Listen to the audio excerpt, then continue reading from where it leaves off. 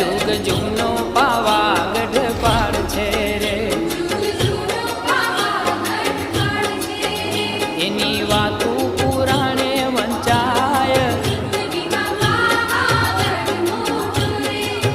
એની વાતું પુરાણે વંચાય.